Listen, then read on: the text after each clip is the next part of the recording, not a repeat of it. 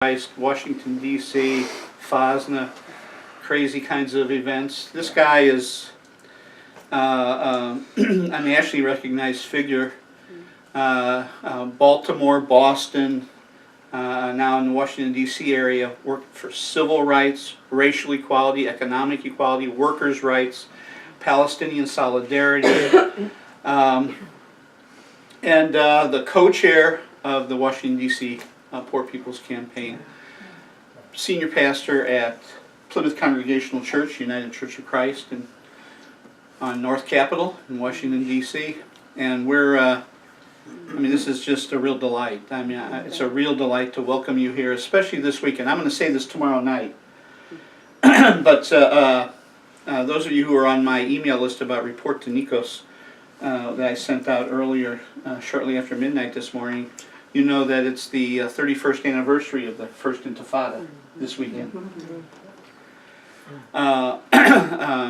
December 8th and 9th. The igniting factor happened 31 years ago today, and then the uprising really started 31 years ago tomorrow. Poor People's Campaign, William Barber, set out an email focused on this weekend. Poor People's Campaign, talking about that their emphasis this weekend is on migrant families on our southern border and the militarization of our southern border. So that emphasis is on my heart and mind this weekend as well. And then finally, on the 10th, Monday, it's the 70th anniversary of the United Nations Universal Declaration of Human Rights. And so those three events are kind of coalescing in my heart this weekend, and it's fortuitous that we have these two folks here to help us commemorate, celebrate, but also challenge us to make a difference in our context here in this red city, in a red state. I keep kidding Graylan. Our gift to the nation is our vice president, and so he's thanked me numerous times already. I'm sure.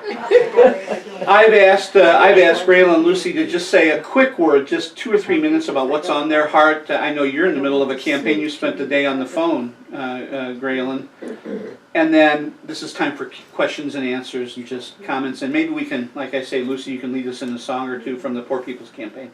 What do you say? Somebody's hurting my sister, and it's gone on far too long. Yes, it's gone on far too long. Yes, it's gone on far too long. Somebody's hurting my sister. Somebody's hurting my sister, and it's gone on far too long. And we won't be silent anymore. Somebody's hurting my brother. Somebody's hurting my brother, and it's gone on far too long. Yes, it's gone on far too long. Yes, it's gone on far too long. Somebody's hurting my brother, and it's gone on far too long. And we won't be silent anymore. Somebody's hurting our children. Somebody's hurting our children, and it's gone on far too long. Yes, it's gone on far too long. Yes, it's gone on far too long. Somebody's hurting our children, and it's gone on far too long. And we won't be silent anymore. A song that the DC Labor Chorus sang recently for the children on the border is Paz y Libertad.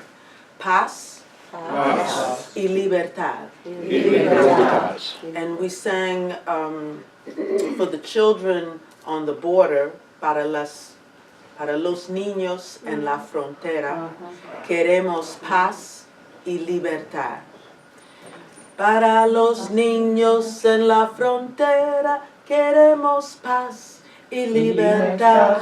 Para los niños en la frontera, queremos paz y libertad.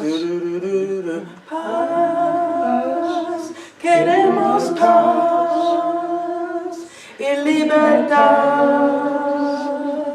en este mundo. Paz, queremos paz y libertad. Y libertad en este mundo, en este mundo. We want peace and freedom in this world. Paz, queremos paz y libertad. Y libertad en este mundo, en este mundo. Para las niñas en la frontera queremos paz y libertad. Para las niñas en la frontera queremos paz y libertad. Paz, queremos paz y libertad.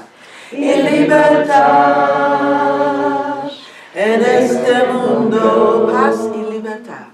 Paz, queremos paz. Queremos paz y libertad en este mundo. Y'all are good singers.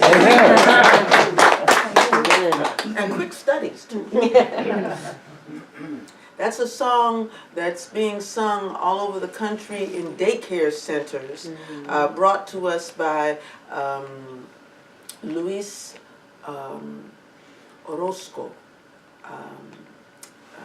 Jose Luis Orozco. Anyway, he has YouTubes too, and YouTubes of that particular song for young children. Could you translate it again for us? Peace and freedom in this world. Paz, peace. We want peace and freedom in this world. Paz, queremos paz y libertad en este mundo.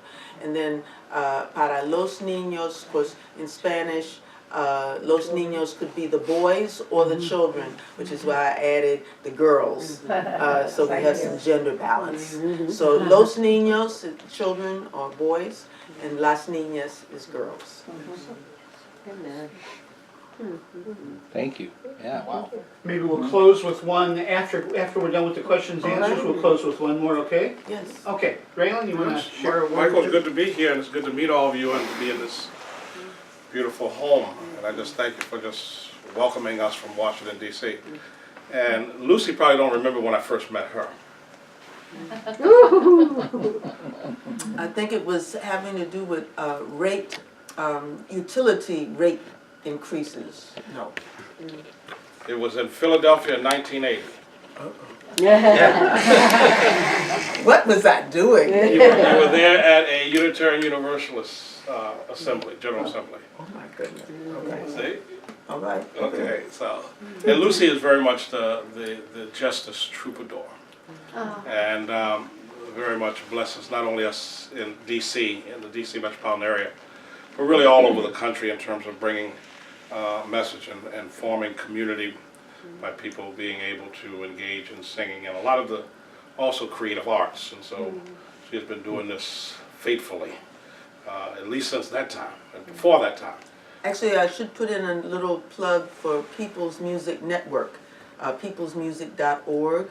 If you or any friends or relatives in the country are interested in activist music, People's Music Network gets the activist musicians together twice a year, once in the summer and once in the winter. We have a meeting coming up in New York, January 25th through the 27th, someplace in New York. But if you go to the website, you get details. Peoplemusic.org? Peoplesmusic.org, exactly. Plural, peoples. Yep.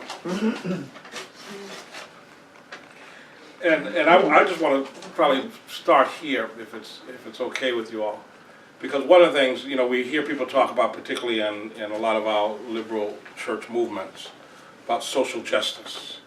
And I have not been doing social justice work. I've been doing political ministry, which has been sort of radically different than just a social justice work. When I was pastoring in Chicago, I had to leave Chicago because Chicago's Red Squad was on me as well as the FBI. And I was arrested one day coming from a meeting in the Loop and put in a cage in a holding cell downtown Chicago. And I was held for 4 hours. Nobody talked to me, nobody charged me with anything. And after 4 hours, they just simply came and released me. And when I got back to the church, the fire department was rolling up the hose. They had set the church on fire, and they wanted me to make the connection between church being set on fire and what I was doing. When? So that was the years of a group that I ended up being the pastor to, that was known as the FALN. FALN was struggling for the independence of Puerto Rico, and the people that I was relating to had just gotten on the FBI's 10 most wanted lists, and so the FBI figured I knew their whereabouts, and I was under heavy surveillance and made to feel very uncomfortable. And when they finally did arrest, particularly the crew of folks that was actually a UCC pastor, it was his children and his wife, Reverend Jose Torres out of Chicago, and Reverend Jose Torres was one that really believed in the independence of Puerto Rico and freeing Puerto Rico from its colony status. And what was interesting was that when they got arrested, my phone started ringing again. This time it was inmates in Cook County Jail, because the women and the men had started organizing all the inmates in the jail. And so there was hunger strikes, and I was getting all these phone calls at night in order to get it to the press and that type of stuff.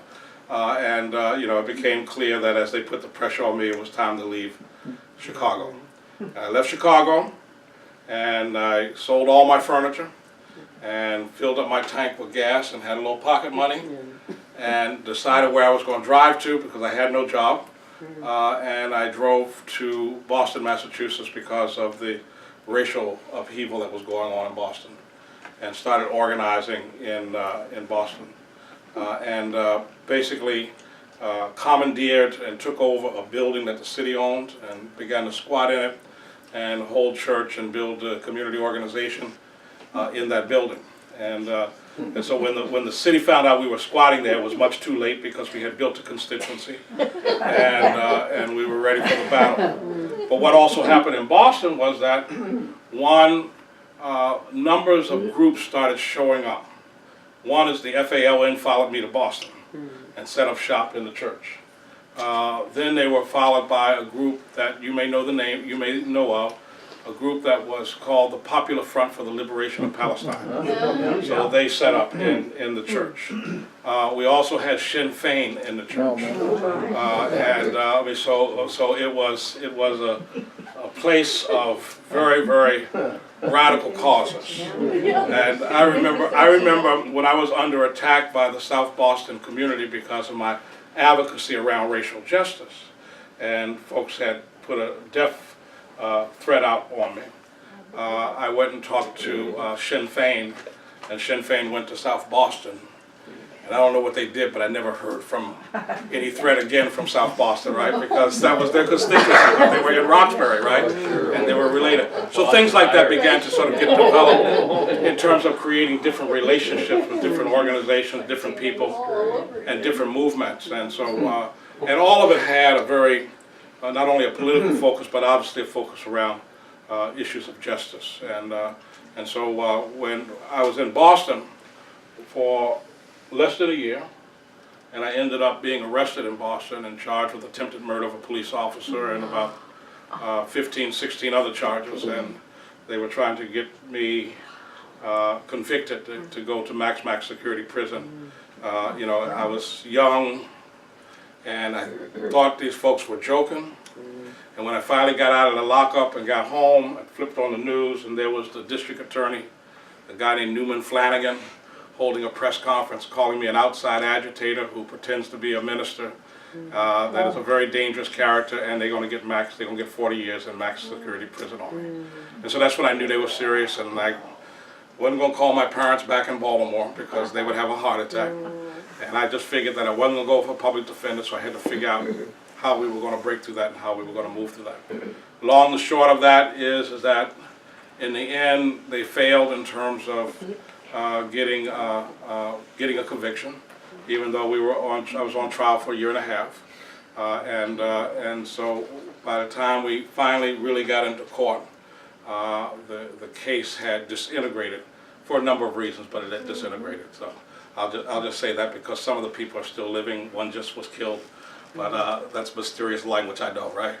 But that was times in which the union movement had some characters in it, and characters that I knew very well, and characters who were aligned to me for one reason or another in Boston. And so, you know, you get a little help from your friends, as you say, and so that's why one reason I'm still out here today. So in '92, I went to Washington, D.C., and that's where we began to sort of organize there and carry on the work there around many, many different things.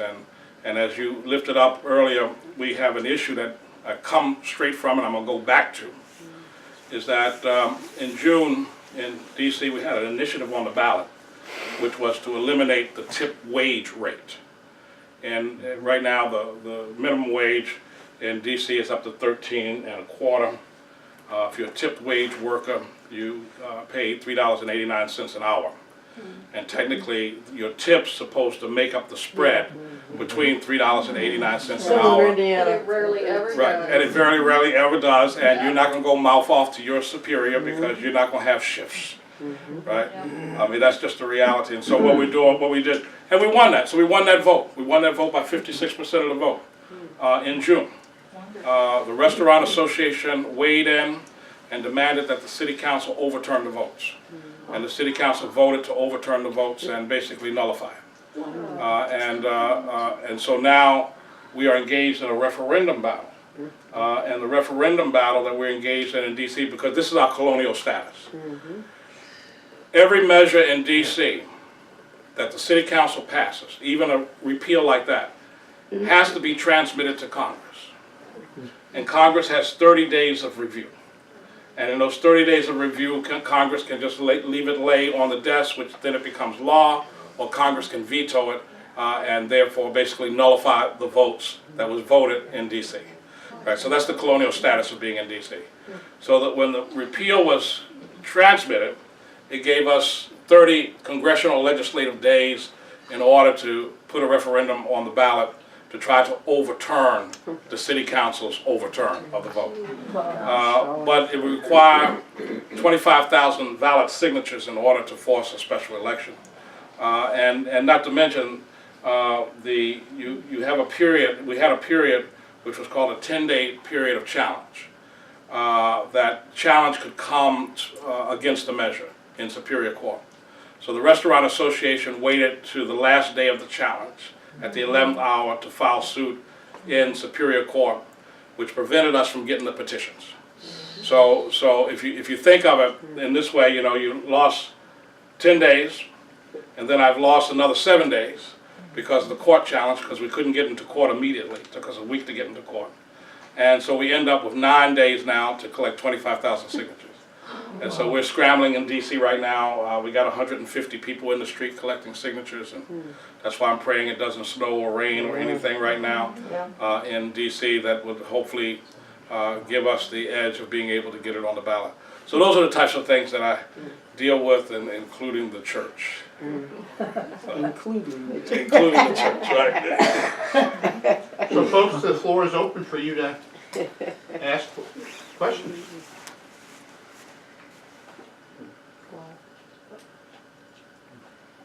You said you were over the office, the Poor People's Campaign in Washington.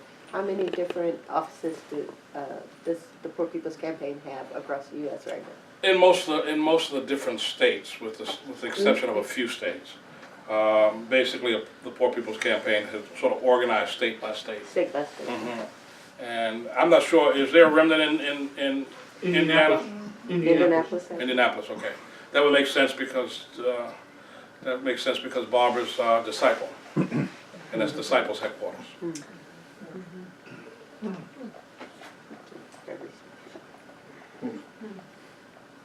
Graylan, you were sharing with me about your association with William Barber.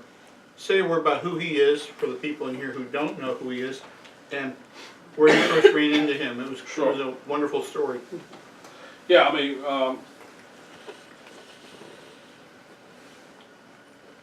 we go back to Reverend Barber, probably when Reverend Barber was in junior high school. His father was a very serious organizer, preacher in North Carolina. And very often a lot of the backwater towns where things were going on, his father was out there organizing. And so Barber literally grew up on the picket line with his father. And I was often dispatched from Boston to go down and flank his father for protection. And so that's where I met Barber, sort of leaving out of Roxbury, heading to North Carolina, because somebody made a call to me to come get on a plane and come down there and make sure nothing happened to him. It was, we go back, and I know that he's done a number of revivals for me. If you can ever get him at your church to do a revival, it'll be a very powerful piece. And I know a lot of people don't think that the Congregational Church or the United Church of Christ does revivals, but the reality is our history is revival. And it doesn't have to be revival in the way that folks have stereotyped revival. Revival can be about the issues. Revival can be about liberation and basically being re-energized to face the battles that we have to face, because it's a long and tiring agenda out there. And if you really have not tapped into a spiritual power that can help carry you through the storms, you'll give up in frustration. That's what I've learned over the years. And so, I can clearly say that the Spirit has always made a way, and everything that I've been engaged in, and I've just seen it. So one of the things is that we need to begin to move on our spiritual platform. This is the thing that sort of gets me, though, and I'll say this about my observance in terms of the organizing around the Poor People's Campaign. We've seen a lot of the various faith organizations come out, standing out in their robes and their vestments, which I refuse to wear. And I'm going to tell you why I refuse to wear it. Because your robes and your vestments do not bring power, in my estimation. The evangelical right does not walk around in vestments, but they walk around in suits and ties. And they also walk around with bundles of cash. And an identified constituency. And that gives them power. And very often those of us from the progressive community or the liberal faith community, we have done good works. We've fed folks. We've collected clothing for folks. We've helped respond to people in the midst of earthquakes and hurricanes. So we've done good things. But we failed to think of ourselves as a political entity, or to organize ourselves as a political entity. And to be upfront, that's who we are. That's what we're doing. And this is why we're doing it, because the mandates of the gospel are so clear that it calls us to do this. It calls us to stand with folks on the margin. It calls us to stand with those who are oppressed. And it calls us to be about the agenda of liberation. And I think that we got to own that. And we can't run away from that any longer. It's just like I was preaching someplace, and I was joking.